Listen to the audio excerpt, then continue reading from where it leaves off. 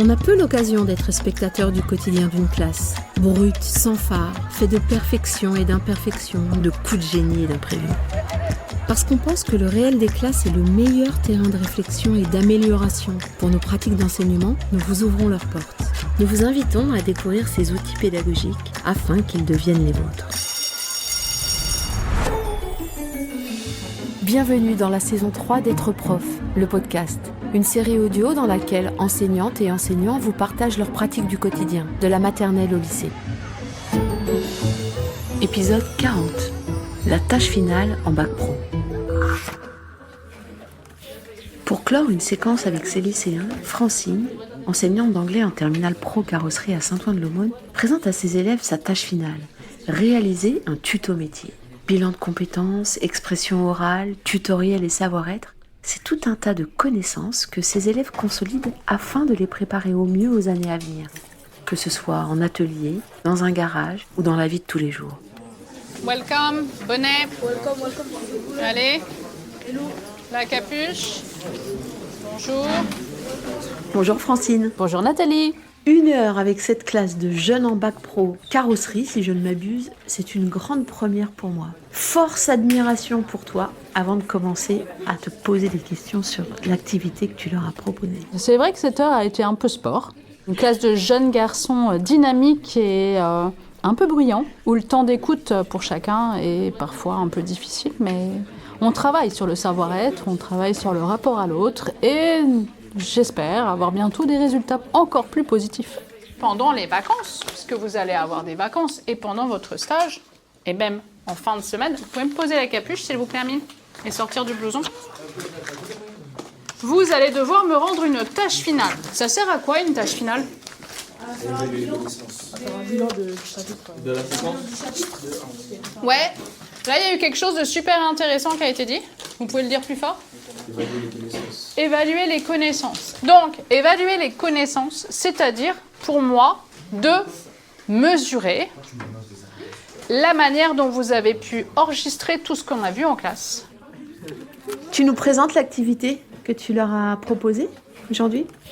Alors, comme ce sont des élèves qui ont connu le confinement, la demi-jauge, pratiquement pendant leurs années collège, je dois avouer que à la tâche, ils ont du mal à s'atteler. C'est-à-dire que dès que tu leur demandes de faire un effort, de fournir un travail personnel, ils ont du mal à se dire je m'y mets et je vais essayer de faire de mon mieux. Pour beaucoup, parler en anglais, c'est de toute façon, je sais pas l'anglais, alors ça sert à rien, j'ai pas envie. Je sais pas faire, donc comme je connais pas l'anglais, je fais pas. Donc pour certains, il y a des efforts, petits mais parfois efficaces. Et puis pour d'autres, une grande lassitude, voire une grande flémingite. Donc là, le but est que par rapport à ce que j'ai bien pu avoir en fin de première période, c'est-à-dire pas grand-chose, même pas la moitié de mes élèves m'ont rendu une piste sonore de moins d'1 minute. Je me suis dit que là, par rapport à leur travail à rendre pour après les vacances de février. Alors ça peut paraître loin, mais ils partent 3 semaines en stage. Donc je leur laisse tout ce temps pour pouvoir travailler, mais ils peuvent me le rendre bien évidemment en fin de semaine sans souci. J'ai décidé de les accompagner encore plus pour véritablement détailler tout ce qu'il fallait qu'ils mettent dans cette piste sonore pour proposer un tuto à des élèves qui voudraient devenir carrossiers. C'est-à-dire qu'est-ce qu'ils vont devoir avoir comme comportement, avoir comme matériel de sécurité, les EPI, et aussi quelles vont être les règles de sécurité globales dans un garage et la relation avec les collègues. Donc c'est vraiment un accompagnement sur tout ce que l'on doit dire, sur les structures à employer, le vocabulaire à mettre, pour que là encore, il n'y ait pas de flou. C'est-à-dire qu'ils sachent exactement sur quoi ils vont être évalués et comment est-ce qu'ils vont pouvoir gagner un maximum de points. Let's go! Qui peut me lire le haut de la page ? Pour aider des lycéens qui vont débuter leur premier stage, créer un tutoriel pour leur donner des conseils. C'est quoi un tutoriel ? Un tuto. Une vidéo pour apprendre le jeu. Ouais, c'est des trucs pour des jeux vidéo. Est-ce que ça marche aussi pour d'autres choses ? Pour aider. Ouais, C'est pour aider à comprendre. un tutoriel, madame, c'est une vidéo courte qui explique ce qu'il faut faire. En quelques mots. Ok. Oui, mais c'est des modes d'emploi un peu, c'est pour nous aider à comprendre plus facilement. Effectivement, j'aime bien votre analyse. Un mode d'emploi. Tu nous présentes en une phrase ce qu'est une tâche finale pour l'enseignante en primaire que j'étais. Ce terme-là n'est pas forcément une terminologie très habituelle. Alors une tâche finale, c'est en fait un travail qui permet de résumer toutes les compétences, le vocabulaire, le point de grammaire développé dans l'unité. Et donc, les élèves vont devoir réemployer tout ce qu'ils ont appris pendant un certain nombre de semaines et le mettre à l'oral, ils peuvent le mettre aussi à l'écrit d'ailleurs. Ils font tout simplement un bilan qui reprend à travers un travail tout ce qu'ils auront vu. Donc vous allez devoir vous enregistrer. Ok, Uniquement la voix. on peut sortir nos téléphones? Non. Vous pourrez le faire sur votre téléphone et vous enregistrer Quand ça? quand vous serez chez vous tranquillement dans le calme. Oh non. Et oui, c'est un travail personnel. Un format particulier pour cette tâche finale? Des formats particuliers? Pour celle-ci, ils vont devoir s'exprimer à l'oral pendant minimum 1 minute.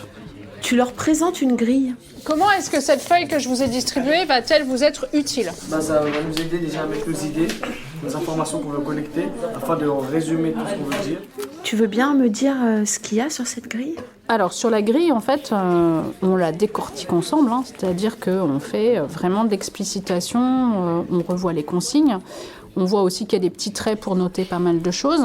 Donc je leur demande dans un premier temps de présenter tout simplement ce qu'est un carrossier, le comportement qu'il doit avoir, ses aptitudes on va dire. Your behavior, ça veut dire quoi ça?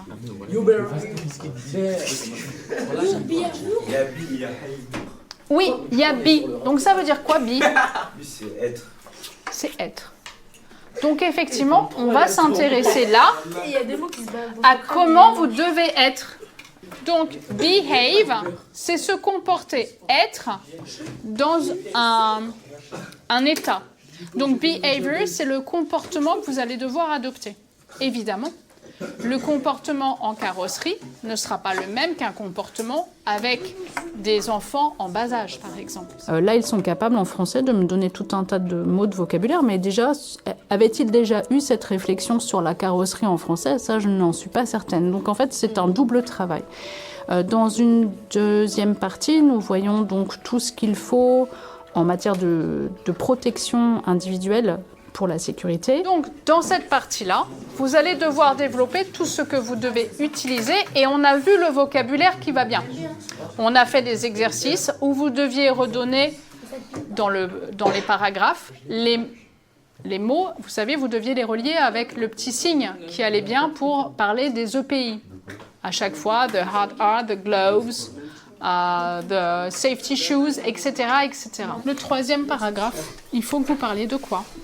En troisième, toutes les règles que l'on doit respecter pour tout simplement bien travailler dans un garage ou dans un atelier. Et enfin, la dernière partie de la grille, c'est comment est-ce qu'on doit se comporter avec ses collègues. Cette grille-là, c'est toi qui leur proposes ou tu l'as construite en amont avec eux? Non, c'est moi qui leur propose. Et elle reprend exactement tout ce qui a été vu dans l'unité. Je m'appuie évidemment sur une unité proposée dans un livre numérique que nous utilisons en classe. Donc attention, qu'est-ce qu'on va employer comme formule en anglais quand on veut donner des ordres de sécurité? Vous savez, c'était tu dois, tu ne dois pas, tu devrais, tu ne devrais pas. Tu pourrais. You should, c'est le conseil. Donc vous pouvez déjà écrire pour la safety là. Il y a des histoires avec you should. On voit bien là à ton énoncé les compétences en anglais qui sont développées. Est-ce qu'il y a des compétences transversales qui viennent se travailler pour préparer ces tâches finales? Les compétences transversales, déjà, c'est avoir un peu cette réflexion sur le métier qu'on a choisi, en tout cas déjà dans un premier temps. Se montrer en fait animateur de quelque chose qui serait à destination de personnes qui pourraient s'intéresser à devenir à une orientation, qui pourrait s'intéresser tout simplement à l'orientation vers la carrosserie. Donc c'est, on va dire, une synthèse de tout ce que doit être un carrossier. Et en même temps, le but transversalement aussi, c'est de peut-être tout simplement après rendre leur piste sonore accessible depuis le site internet du lycée, pour qu'en même temps, ils aient cette mission de présenter, même si c'est de manière un peu artificielle, leur métier en anglais. Dans ta manière de mener cette activité avec cette classe plus que mouvante, on voit la difficulté des rapports interpersonnels, moqueries y compris. C'est quoi la question suivante? En dessous, il écrit Yo baby, yo item. Comment tu travailles ça? C'est très compliqué parce que ceux qui ont fait l'objet de moqueries, ce sont des élèves. C'est un élève en particulier qui nous est arrivé par conseil de discipline. Donc il est intégré à la classe que depuis 4 semaines à peine. Et il prend ses marques, pas forcément de manière très positive pour l'instant. Donc il est arrivé dans une dynamique qui était déjà bien installée dans un petit groupe d'élèves qui se connaissaient depuis septembre, qui avaient participé à des journées d'intégration, etc. Et lui tente de trouver sa place avec déjà certains élèves qui se sont révélés dès les premières semaines de cours comme étant un petit peu, on va dire, actifs en classe, un peu trop virulents, qu'il faut arriver à cadrer, etc. Et il est arrivé en rajoutant sa personnalité. Et donc, forcément, ça a créé une certaine distorsion dans la classe. Et c'est pas si simple. Parce que c'est notoire, surtout sur le sujet du langage oral en anglais, on imagine que le travail, je dirais, de groupe, d'appartenance, de confiance pour oser s'exprimer doit être important. C'est toute cette dimension qu'en fait j'essaie de court-circuiter en leur demandant de travailler à la maison et d'envoyer cette piste sonore. Puisque justement un élève, pendant le cours, a posé la question « mais on va le faire en classe devant les autres ». Et là, non. Vous allez devoir faire ce travail à la maison pour justement être au calme, sans être jugé. Et c'est uniquement moi qui vais écouter vos pistes sonores. Donc je leur enlève dans un premier temps la pression du groupe. Et ils savent qu'ils vont uniquement être entendus par mes oreilles. Donc ça les rassure un petit peu, ça leur permet aussi parfois de se libérer de ce poids de j'ose pas. Je comprends mieux du coup le choix explicite que tu fais de favoriser les rendus individuels plutôt que l'expression collective. Donc, nous venons de récapituler tout ce qu'il fallait faire. Une bande son dans laquelle vous allez présenter votre métier. Vous allez donc parler de votre attitude et de votre comportement que vous devez avoir dans ce métier-là, les conditions de sécurité avec le matériel de sécurité, les actions que vous devez faire ou ne pas faire pour assurer votre sécurité dans l'atelier, et enfin les relations avec votre collègue. Tu leur donnes des critères de réussite. Est-ce que tu sais comment ils s'en emparent et comment ils apprennent à s'en emparer? Je l'espère, en ayant pris des notes, en ayant vu le nombre de fois pour lesquelles j'ai mentionné les points importants et le fait de leur demander de reformuler, de redire, de répéter, surtout pour ceux qui ont un peu plus de mal et ont des suivis particuliers aussi. Donc j'ai pris volontairement le temps de reformuler et de bien réexpliquer mes attentes. Évidemment, je leur donne les clés, c'est-à-dire je leur redis aussi où trouver les informations pour pouvoir répondre au mieux à ces questions-là, en renommant et en mettant visuellement les exercices, en leur demandant de rouvrir, et ça ils l'ont bien compris, qu'il fallait qu'ils réutilisent les exercices faits en classe.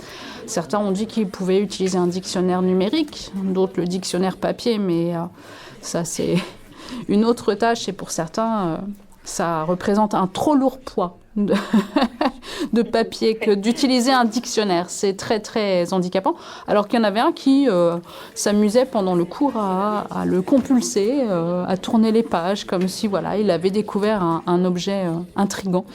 Et donc voilà, en utilisant à la fois le cours, en remettant bien aussi mes attentes d'un point de vue vocabulaire et grammatical, je leur ai donné toutes les clés de réussite. Sur cette question de la conception d'une tâche finale, est-ce que tu aurais des conseils et des prérequis à s'assurer pour s'assurer donc d'une tâche finale pertinente, cohérente et efficiente pour les élèves?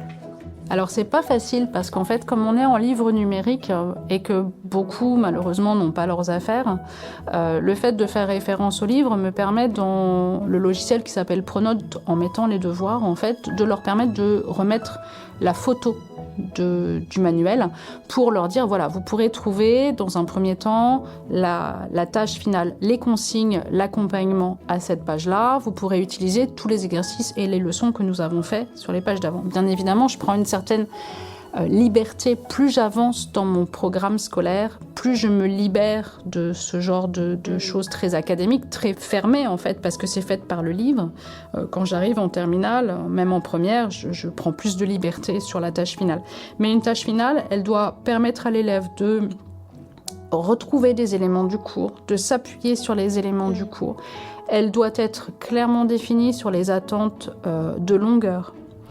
De longueur, de vocabulaire à utiliser, de compétences grammaticales à employer, mais aussi plus on avance dans le temps par rapport aux secondes, par rapport au terminal, plus ils ont la possibilité d'utiliser tout ce que nous avons vu auparavant et d'utiliser les unités, les thématiques, les séquences faites auparavant pour nourrir leur tâche finale.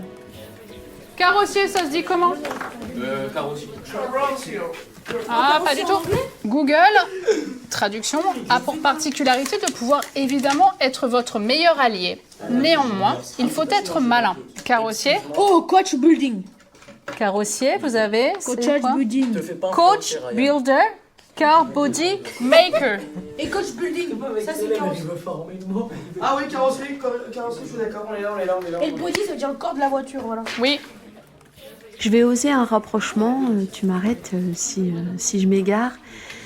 Je trouve que la manière dont tu proposes la tâche finale et de ce que j'en comprends se rapproche de la pédagogie projet, c'est-à-dire quelque chose qui vient rendre réel cet apprentissage et qui vient s'incarner dans une situation, je dirais, plus motivante qu'un exercice, par exemple.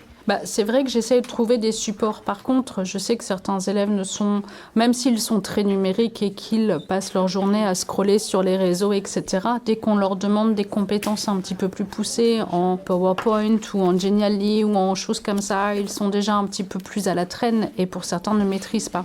Donc j'essaie de trouver des choses un petit peu, pas dire rigolotes, mais des choses où vous allez présenter à quelqu'un qui voudrait devenir carrossier ce que vous devez faire, un espèce de petit tuto, juste pour que ça leur parle. Effectivement, on aurait pu le faire en vidéo parce que je pense que pour certains, ils se sont véritablement amusés et que peut-être certaines de leurs compétences, autres qui ne sont pas des compétences scolaires, auraient été à leur service. Mais là encore, il faut utiliser le droit à l'image, il faut qu'ils osent le faire. Il faudrait que, par exemple, il y en ait un qui soit habillé de la tête aux pieds avec tout le matériel. Effectivement, ce serait très intéressant de montrer réellement, en même temps que de citer les noms, visuellement, ce que porte un élève qui fait de la carrosserie. Je pense que ce serait très intéressant. Mais ils ont déjà tellement de mal à faire un travail et ça prendrait tellement de temps. Déjà, une autorisation d'aller en atelier, de les faire mettre en tenue, de pouvoir travailler. Bref. Si j'avais plus de latitude, oui, je le ferais. Et peut-être que pour la fin de l'année, quand certains élèves, on sera vers le mois de mai, le mois de juin, on sera peut-être un petit peu plus libre, peut-être que j'arriverai à concrétiser le tuto oral en tuto réel, en petite vidéo intéressantes. Voilà, j'essaie toujours de trouver des choses qui leur permettent quand même de préparer le bac. Je n'oublie jamais l'objectif. Voilà. Après, je me lance pas encore. J'ai pas trouvé suffisamment d'élèves aguerris pour me créer, par exemple, des questions pour un champion en anglais sur telle et telle thématique. Voilà. Je me suis jamais lancée dans ce genre de choses parce que ça demande une organisation et certains élèves ne me suivent pas. Donc, quand on tractionne pendant plein d'heures et que, fin de compte, on a un rendu assez faible, c'est dommage. Petite anecdote, un escape game qui a pris beaucoup de temps à trouver qui a tué qui et où. En fait, un espèce de gros Cluedo. En fait, la seule chose qu'ils ont fait, c'est qu'ils ont tapé tous les codes possibles pour sortir. Ils n'ont pas résolu les énigmes. La seule chose, c'était qu'ils voulaient le code de sortie en espérant avoir la récompense, qui n'était pas de récompense. C'était juste bravo, t'as bien joué. Mais en fait, ils ont passé toutes les étapes. Et malgré le fait que c'était un jeu. Si on est un conseil négatif, la négation, il faut rajouter quoi ? N et apostrophe T. Ouais. Shouldn't. Doesn't, par exemple. Concernant cette pédagogie de projet dont on parlait à l'instant, on mettra dans les notes de l'émission le lien vers une ressource Être prof sur ce sujet. Et pour terminer, 2 petites questions qui nous emmènent sur un pas de côté. Est-ce que tu te souviens de ton rapport aux apprentissages quand tu étais lycéenne ? J'avais pas véritablement l'impression que c'était très codifié, c'est-à-dire que j'étais très étonnée quand mes enfants, par exemple, en primaire, me ramenaient « tu vas être évalué sur ça, ça, ça, ça ». C'est-à-dire vraiment les critères, les dissertations, le chapitre, voilà ce qu'il fallait revoir. Mais il n'y avait pas de concret par rapport aux apprentissages. J'avais simplement à recracher mon cours sous une question en essayant d'avoir la meilleure forme avec les arguments les plus... en tout cas, la forme très scolaire. J'avais pas l'impression que l'apprentissage était au-delà de mes simples connaissances, quoi. C'est-à-dire qu'il n'y avait pas de but autre par rapport à la tâche finale qui est un petit peu rigolote parce qu'on va faire un tuto. C'était moins concret que ça, c'était plus scolaire, plus académique, on va dire. Tu t'es déjà prêtée au jeu avec tes élèves sur une tâche finale ? Alors c'est vrai que je me suis déjà prêtée au jeu de la tâche finale dans le sens où parfois on se dévoile un petit peu en tant qu'enseignant aussi sur ce qu'on aime et ses engagements personnels. Et en fait, je me suis retrouvée à demander aux élèves, fin de compte, est-ce qu'ils acceptent de nous dévoiler le titre et de parler en public à leurs camarades de leurs engagements et de la chanson engagée vers laquelle ils sont le plus attachés. Et c'est vrai qu'on a eu des belles découvertes, puisqu'on n'a pas tous les mêmes engagements, ni même les mêmes styles musicaux préférés. La durée, au minimum, de cette piste sonore que vous m'avez envoyée ? 1 minute au minimum. Je me ferai un plaisir de les écouter très rapidement et de mettre votre note dans Pronote. Je vais même normalement vous envoyer à chacun un mail et je vous donnerai tous les points positifs et les points à améliorer. Et dernière question, si tu étais une super-héroïne sur une classe comme ça, ça serait laquelle ? Elastic Girl.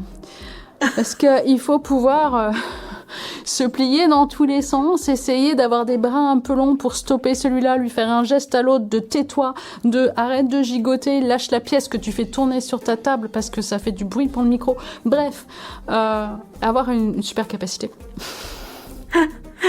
Merci beaucoup, Francine. Mais de rien, merci à toi. C'était Être prof, le podcast. Une série audio animée par Nathalie Dreyfus, enregistrée par Yanis Dokuto, Théo Cancelli et Laurine Bonnefoy, montée par Jeanne-Marie Desnos, réalisée et mixée par Benjamin Masset et Yann Thierry et produite par l'Acme Productions. Si vous avez envie d'approfondir le sujet, retrouvez plus de ressources sur êtreprof.fr.